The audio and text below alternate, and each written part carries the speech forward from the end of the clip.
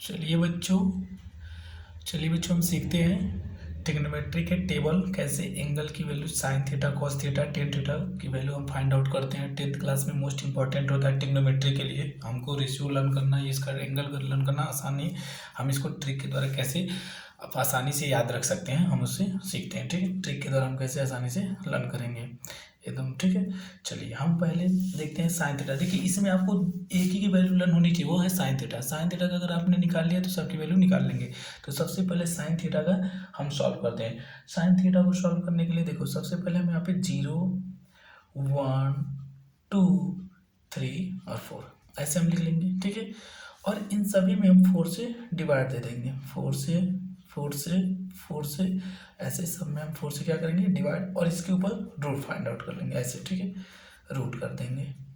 ठीक है, ये बस साइन का निकालने की वैल्यू, साइन का निकल गया तो आपका सबका बाकी सबका निकल गया। सिर्फ साइन के लिए आपको साइन के लिए क्या करना पड़ेगा, 0 डिग्री को 0 1 2 3 4 लिख लेना और डिवाइड बाई 4 करना और उसके ऊपर सबको रूट लगा देना। ठीक है, देखिए आप बताइए किसी भी नंबर से आप 0 में डिवाइड देते हैं तो आंसर क्या होता है 0, मतलब साइन 0 की वैल्यू आ गई 0, साइन 0 की वैल्यू 0। यहाँ पे देखिए अब जानते हैं कि ये किसकी 1 सबका स्क्वायर होता है तो ये रूट से बाहर आ जाएगा, और 4 किसका स्क्वायर है 2 का, तो ये रूट से बाहर आएगा तो क्या हो जाएगा 1/2। तो साइन 30 की जो वैल्यू हो गई 1/2 की कितनी हुई 1/2। चलिए यहाँ पे देखिए 2 1 जा 2 और 2 2 जा 4, हमारे पास आ गया रूट में 1/2। तो 1 तो सबका स्क्वायर होता है तो ये तो बाहर आ गया, लेकिन ये रूट 2 है तो ये तो रूट 2 ही रह जाएगा क्योंकि किसी का स्क्वायर नहीं है, तो रूट 2 हो गया। तो हमारे पास वैल्यू कितनी आ गई, मतलब हमारे पास वैल्यू आ गई साइन 45 की 1/√2 1/√2। चलिए अब यहाँ देखिए यहाँ पे ये √3 तो √3 रह जाएगा क्योंकि किसी स्क्वायर नहीं, यहाँ 4 जो है किसका स्क्वायर है 2 का, तो साइन 60 की वैल्यू जो हो जाएगी वो √3/2। क्या हो जाएगी √3/2, क्या हो जाएगी √3/2। ये देखिए 4 1 जा 4 4 1 जा 4, तो 1 तो सबका स्क्वायर होता है तो 1 में से 1 कटेगा तो साइन 90 की वैल्यू हो जाती है 1। क्या हो जाएगी 1 हो जाएगी। ठीक है, देखिए हमको साइन की वैल्यू फाइंड आउट हो गई आसानी से। अब हमको साइन की पता हो गई तो इसके जस्ट अपोजिट हम कॉस का आ जाता है, मतलब जो 90 का है वो इसका 0 का था, मतलब साइन 0 की वैल्यू 1 हो गई। साइन 30 की वैल्यू इसकी 60 की, जो इसकी 60 की है वो इसकी 30 की हो जाती है, मतलब √3/2। अब 45 का तो 45 1/√2 ही होता है। ठीक है, और जो इसकी 30 की है वो इसकी 60 की हो जाती है 1/2, और जो इसका 0 का है वो उसका 90 का हो जाता है, मतलब साइन 90 का वैल्यू कॉस 90 की वैल्यू क्या आ जाएगी 0। ठीक है, मतलब साइन की वैल्यू का जस्ट अपोजिट हो जाता है कॉस की वैल्यू। ठीक है, जो उसका 90 है वो 0, जो 0 है वो 90 का हो जाता है। अब साइन और कॉस तक आ गया, हमको टेन का फाइंड आउट करना है। तो हम जानते हैं टेन का कैसे निकल, देखिए टेन की आप लोग पढ़े होंगे, टेन की जो वैल्यू होती है वो होती है साइन बटे, हम टेन की जगह पे क्या लिख सकते हैं साइन बटे कॉस कहते हैं। क्या कहते हैं साइन बाई कॉस, यही कहते हैं ना। टेन थीटा इक्वल टू क्या होता है साइन बटे कॉस। तो अगर टेन 0 की वैल्यू देखा जाए तो हम ऊपर साइन बटे कॉस रख सकते हैं, मतलब 0/1 रख सकते हैं। तो इसको अगर सॉल्व करेंगे तो किसी भी नंबर में हम 0 में 1 से डिवाइड देंगे तो आंसर क्या आएगा 0, मतलब हमारे 0 की वैल्यू 0 गई, क्या गई 0। उसी तरह फिर यहाँ पे साइन 30 की वैल्यू रखेंगे, साइन 30 की वैल्यू क्या है 1/2। उसके बाद क्या है कॉस 30 की, तो कॉस 30 का नीचे रखेंगे तो क्या आएगा देखिए 2√3/2 देखो ये इसके साथ चला जाएगा कि कैंसिल आउट हो जाएगा। हाँ ये इसके साथ जाता है लेकिन क्या हो जाएगा कट जाएगा क्योंकि 2 से ये 2 कैंसिल आउट, हमारे पास आ गया 1/√3। क्या आ गया 1/√3। 1030 की वैल्यू क्या आ गया 1/√3।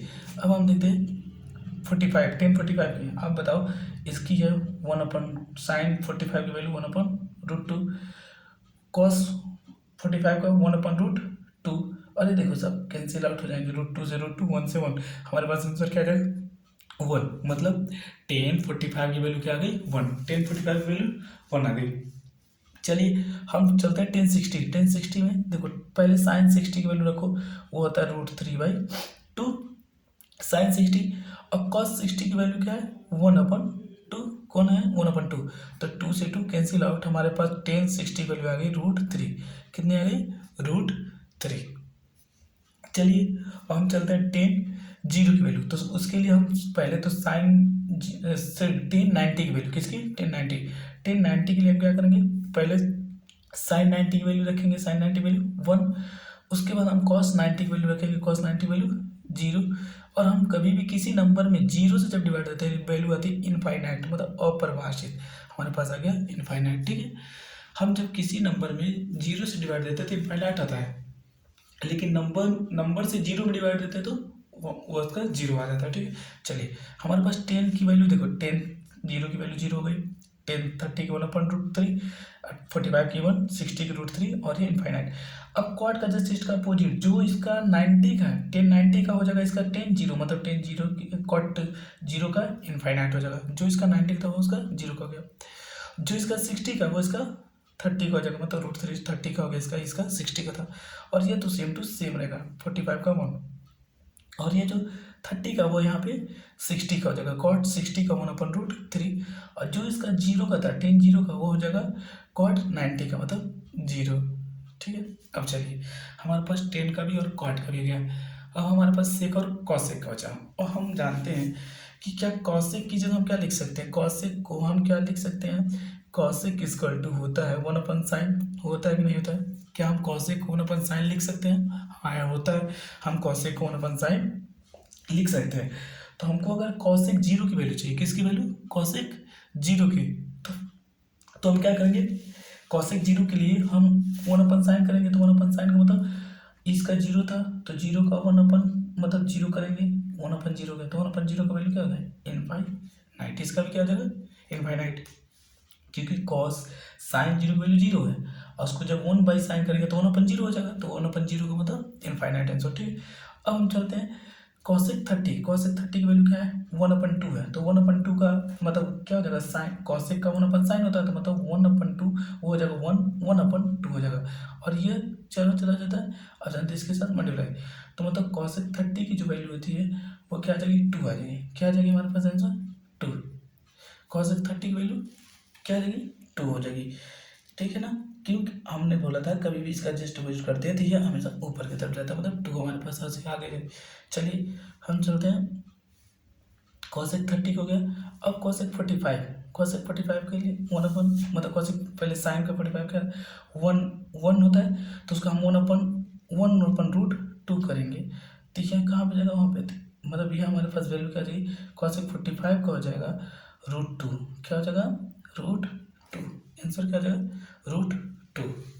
अब चलते हैं कॉसेक 60, कॉसेक 60, और कॉसेक 60 क्या होगा, जस्ट इसका अपोजिट, मतलब कि इसका साइन 60 का, तो ये लिखा है √3/2, तो अगर 1/√3/2 करेंगे तो ये क्या चलेगा ऊपर, तो आ जाएगा 2/√3, मतलब कॉसेक 60 वैल्यू हो जाएगी 2/√3, क्या हो जाएगी 2/√3। चलिए अब हम चलते हैं कॉसेक 90, और 90 साइन 90 वैल्यू क्या है 1, और 1/1 ही होगा, इसका जस्ट अपोजिट, तो 1/1 इक्वल टू 1, मतलब कॉसेक 90 की भी वैल्यू आ जाएगी 1, कॉसेक 90 वैल्यू 1। अब कॉसेक की आ गई हमारे पास, कॉसेक की सबके देखिए, कॉसेक की जगह हम 1/sin करेंगे, मतलब साइन की वैल्यू का जस्ट अपोजिट उल्टा कर देंगे, ठीक है। तो हमारे पास हो जाएगा किसकी वैल्यू, कॉसेक की, साइन का निकालने के लिए हमने जस्ट कॉसेक का निकालने के लिए हमने साइन का क्या किया 1/sin, क्योंकि कॉसेक की जगह हम 1/sin लिख सकते हो, आइडेंटिटी है, ठीक है। अब हम क्या करेंगे, जो अब कॉसेक क्या करते, तो कॉसेक का जो 90 है वह सेक का 0 हो जाता है, मतलब इसका अपोजिट हो जाता है, मतलब ये 1, ये हो जाएगा 2/√3, और यहाँ पे यह √2, और ये जो इसका 30 है वो इसका 60 का हो जाता है 2, और ये जो इसका 0 का वो इसका 90 का हो जाएगा। जैसे कि देखो कॉसेक का क्या था, कॉसेक की 0 की वैल्यू उसकी 90 की वैल्यू हुई, जो इसका 30 का था कॉसेक का वो इसके 60 की वैल्यू है, जो इसका 45 है तो 45 का ही रहेगा, जो इसका 60 का है कॉसेक 60 वह सेक के 30 का हो जाएगा, और जो कॉसेक 90 का है वह सेक 0 का हो जाएगा। I hope you understand, please like करिए, सब्सक्राइब करिए